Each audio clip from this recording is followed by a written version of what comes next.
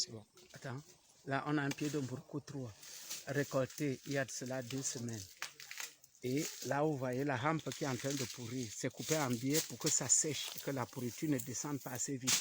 Ça permet d'avoir un faux tronc qui reste vert et qui draine suffisamment de ses réserves vers les fils. Quand nous arrivons, la première chose, c'est l'habillage. Il faut bien nettoyer le bulbe mère.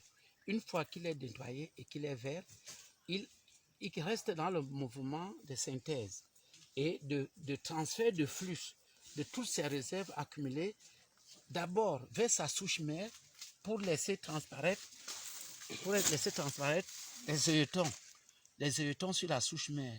On va en trouver un là, l'autre ici et l'autre ici.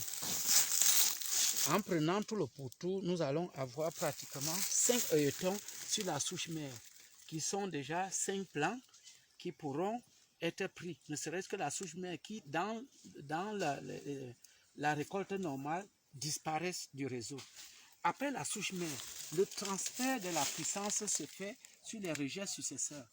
Donc du coup, les rejets successeurs qui étaient presque dormants expriment leur potentiel. Vous voyez, le potentiel s'exprime par les feuilles basses qui éclatent, laissant la turgescence de ces rejets, donnant la possibilité qu'une fois que nous faisons des incisions, ce sera largement ouvert pour l'expression d'autres œilletons que nous allons extraire. Donc ces 2 pieds successeurs sont la suite de ce que nous avons fait sur le premier pied successeur que voici. Si nous avons trouvé que sur la mer, on avait déjà 4 à 5 fils garantis, plus 2 successeurs qui seront parés, vous voyez, sur la souche de successeur principal, nous avons un œilleton, 2, 3, 4, 5, 6, 7, 8 et 9. Donc sur la souche mère, nous avons 9 œilletons qui sont la première sortie. Ces 2 premiers ont atteint le stade normal où on va déjà les prélever. Vous voyez, dès qu'il y a l'émergence de ce pot blanc qui laisse entendre que la première feuille va s'exprimer, comme elle va s'exprimer ici, nous l'enlevons au moment de l'expression de la première feuille. Donc sur cette souche, nous avons déjà 9, plus les 5 qui sont que sur la mer, ça fait 14. Et les 2 successeurs qui sont prêts à prendre le relais de ceci, nous pouvons nous retrouver à une vingtaine, voire une trentaine d'œilletons à partir de cette souche. Et nous prenons soin de la marquer comme ça, cette souche, pour qu'on sache, pour qu'on n'ait pas de confusion dans le champ semencier entre les variétés. Nous avons choisi le violet comme marqueur de Mburuku 3. Donc à partir d'un pied que nous avons récolté, en moins de 40 jours, 40 à 45 jours, on est capable d'avoir une vingtaine, voire une trentaine de rejets sans avoir à investir dans un propagateur avec le suivi, les arrosages et tout. Et en allant simplement rendre visite tous les 3 ou 4 jours en soulevant la paille, puisque tout ça doit être recouvert et on fait les prélèvements au fur et à mesure, vous verrez tout à l'heure quel genre de bouture, de plants nous obtenons. Que nous avons fait sur une souche plus vieille. La première, vous voyez, c'était coupé, c'était récolté directement et on a fait les incisions. Mais ici, c'est un essai où nous avons laissé la souche pourrir. Donc, on a laissé la souche pourrir parce que le fils était très jeune. À partir de ce moment, on a laissé le fils s'exprimer, le fils successeur s'exprimer. Pendant ce temps, la souche a pourri. Elle est entièrement morte. Maintenant, on voulait savoir si le peu de réserve qu'il y a dans cette souche mère, qui a déjà pourri, dont la récolte a déjà duré pratiquement 1 mois et demi, pouvait encore permettre l'expression des fils. Vous allez donc voir que, la souche du fils n'est pas très grosse. La souche mère, il n'y a rien. Si vous voyez, tout le pourtour. Donc, tout était mort. Vous voyez, tout le pourtour. Sauf que, un dernier s'est exprimé. Donc, le peu de réserve qu'il y a ici s'est exprimé ici. Mais nous allons l'enlever l'utiliser en plantine directe. Là, on ne va pas faire les incisions ici dessus. On va l'utiliser en plantine directe. Et vous voyez, quand la souche a mis trop long en plantation, elle n'exprime plus rien. Sur l'autre souche qui était fraîche, on a pratiquement 4 à 5 œilletons. Ici, on a 0. Par contre, tous ces réserves ont eu un transfert sur la souche du successeur qu'on avait sélectionné. Si vous voyez bien, on a déjà enlevé là un premier œilleton et là un deuxième œilleton. Vous voyez comment on l'enlève, la plaie est très très visible. Et par contre, vous voyez qu'il y a déjà encore l'expression 1, 2, 3 et 4 autres œilletons. Ça veut dire que sur cette souche, en moins de 20 jours, nous avons déjà extrait 2 et il y a 4 autres qui sont en train de sortir. Et il y a celui-ci qui s'exprime pour un planting direct. Du coup, cette vieille souche qu'on aurait perdue, qui nous aurait servi à rien et il fallait attendre peut-être 8 à 10 mois après pour que ceci puisse nous donner un régime, il nous permet d'avoir 6 fils et voire même 7. Et là, au lieu d'avoir un régime, nous en transférons 7 sur et valorisons cette vieille souche. Donc même les vieilles souches dans une plantation ne doivent pas être considérées comme une perte. C'est plutôt un gros avantage de faire la multiplication directe. Là, nous avons un régime de Mburuku 3 que nous venons de récolter. Il est tout saignant. L'ouvrier chargé des incisions le coupe en biais, exactement comme nous avons expliqué là, pour que la plaie sèche. Parce que si on coupe avec un plan qui recouvre, la pourriture va évoluer très rapidement. Donc le point de coupure est pratiquement à 2 mètres du sol.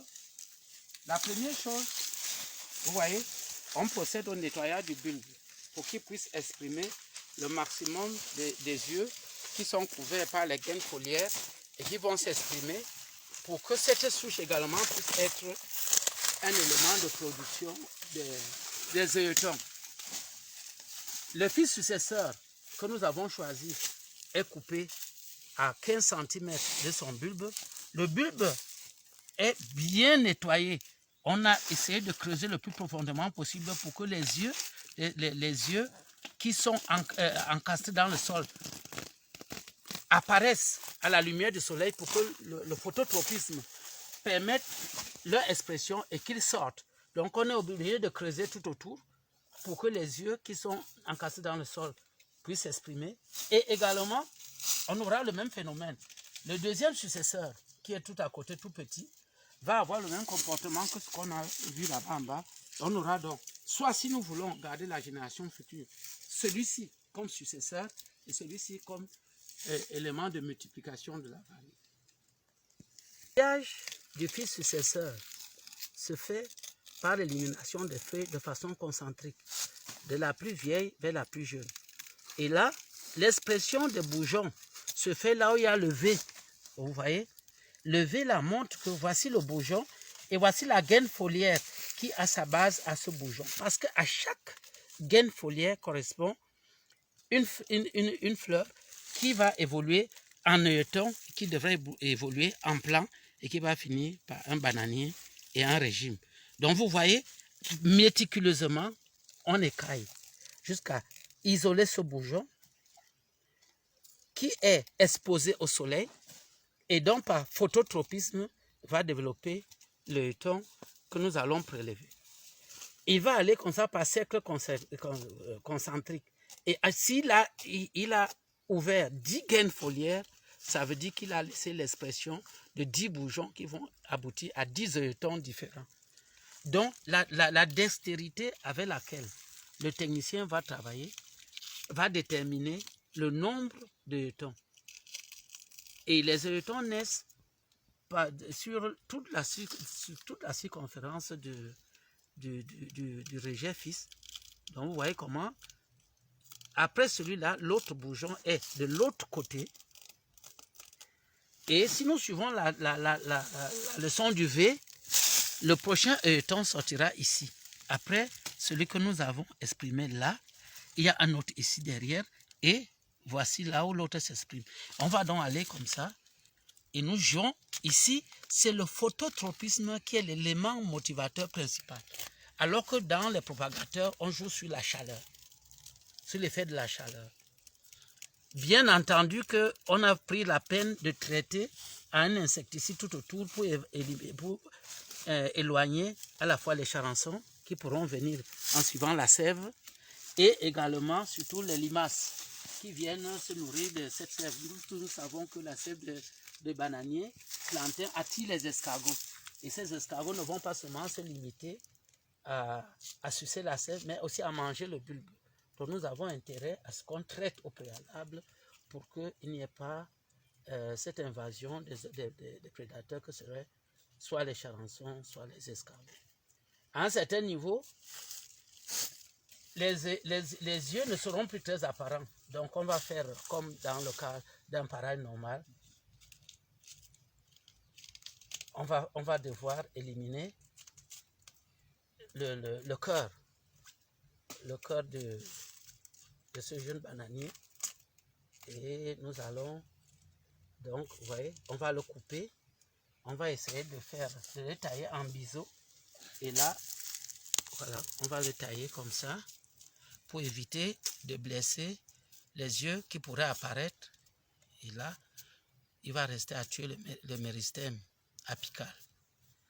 Et une fois qu'on a tué ce méristème par juste des incisions, vous verrez ce qu'on a vu en bas là, une ouverture de ce bouquet final qui va également jouer un grand rôle. Attirer, continuer à faire vivre sans que le bouton ne soit très dominant. Continuer à faire vivre le rejet et par là faire le transfert de la souche mère vers le fils et promouvoir l'expression de tous les boutons autour.